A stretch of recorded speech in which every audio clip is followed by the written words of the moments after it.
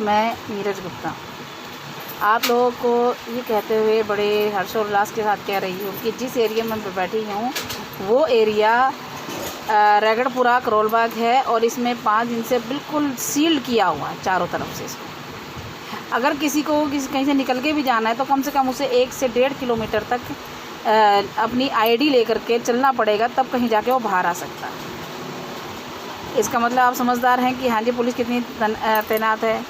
तो आपको हम ये बता दें कि पहले यहाँ कहा गया था कि 1500 आदमी निकले हैं कोरोना पॉजिटिव। उसके बाद माफ़ी मांगते हुए लोगों ने कहा कि जी यहाँ पे जो कोरोना पॉजिटिव 750 लोग थे, फिर 700 पे उतर गया है। अब हम 5 दिन से यहाँ पे देख रहे हैं, अभी तक कोई गाड़ी नहीं आई है जो ये कहे कि जो है यहाँ पे कोई पॉजिटिव मरीज़ को लेने के लिए या किसी को दवा खिलाने के लिए या किसी भी उसके लिए कोई गाड़ी आई है। अब इसके ज़्यादा मैं क्या बोलूँ, आप खुद समझदार हैं। लेकिन हम बहुत खुश हैं कि इसको कंटेनमेंट जोन बनाया गया। पहले हमें लगा था कि हमें दिक्कत है, लेकिन अब हम कहते हैं ये बहुत अच्छा है कि इसको कंटेनमेंट जोन बनाया गया, क्योंकि यहाँ पे कम से कम भी 18 से 20 गार्ड रखे गए थे, लेकिन 18 से 20 गार्डों को हमने हटा दिया है। इसलिए हटा दिया क्योंकि अब पुलिस मुस्तैद है, बिना आईडी के किसी को आने नहीं देते। तो इसका मतलब है इस इलाके में कोई चोरी नहीं होगी, और अगर कोई चोरी होती है तो उसकी जवाबदारी पुलिस की होगी या फिर जो आम पार्टी के वो लगे कैमरे लगे हुए हैं उनकी होगी, या तो एमएलए इसका जवाब देगा या फिर पुलिस वाले इसका जवाब देंगे।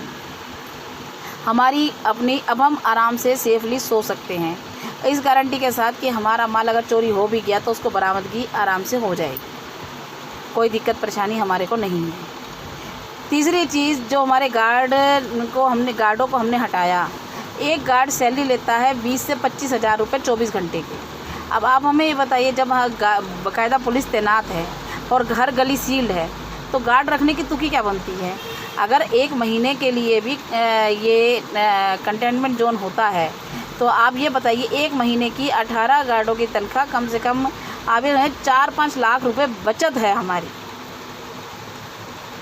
तो हम उसको बचाएंगे या कम से कम कुछ तो बच रहा है ना। चलो ठीक है, लॉकडाउन लगा हुआ है, काम नहीं हो रहा, कुछ तो बच रहा है। तीसरी चीज़ कि सबसे बड़ा जो फ़ायदा है वो फ़ायदा ये हो रहा है कि लोग यहाँ पे मैं देख रही हूँ जितना भी लोग हैं सभी लोग अपने घरों में लगभग 70% लोग ऐसे हैं जेंट्स इसमें जो अल्कोहल लेते हैं। जो लेडीज़ हैं उनको गर्म पानी पीना होता है, काढ़ा भी पीना होता है, वो चाय भी पीती हैं, क्योंकि हर आदमी को रोटी चाहिए। अल्कोहल वो ज़रूर पीते हैं लेकिन रोटी ज़रूर खाना चाहते हैं। रोटी खाएंगे तभी जब घरवाली चुस्त दुरुस्त होगी और घर में खाना बनेगा। तो इसलिए हर आदमी मुस्तैद है, सब कुछ है। लेकिन फिर भी हम सिर्फ ये जानना चाहते हैं कि भारतीय मीडिया फाउंडेशन एक ईमानदारी से अपना काम करती है। तो हम आपसे सिर्फ इतनी सी बात जानना चाहते हैं, वो 750 आदमी जो अभी भी मिस्टर रवि विशेष जी ने कहा था, वो 750 आदमी कहाँ हैं, हमें गिनती तो करवा दें।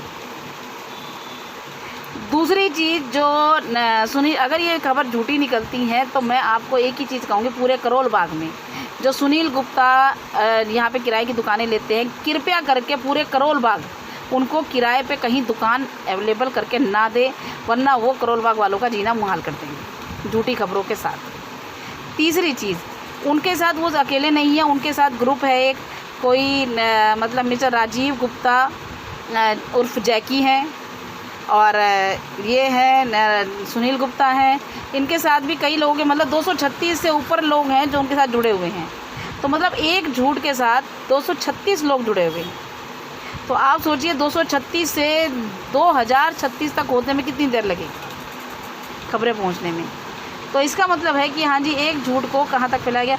हम सिर्फ इतनी जानना चाहते हैं कि हाँ जी वो हमें 750 आदमी गिनवाएं, वो 750 आदमी कहाँ हैं, और अगर वो नहीं गिनवा पाते हैं तो वो कृपया करके हमारा करोल बाग छोड़ दें। थैंक यू, धन्यवाद।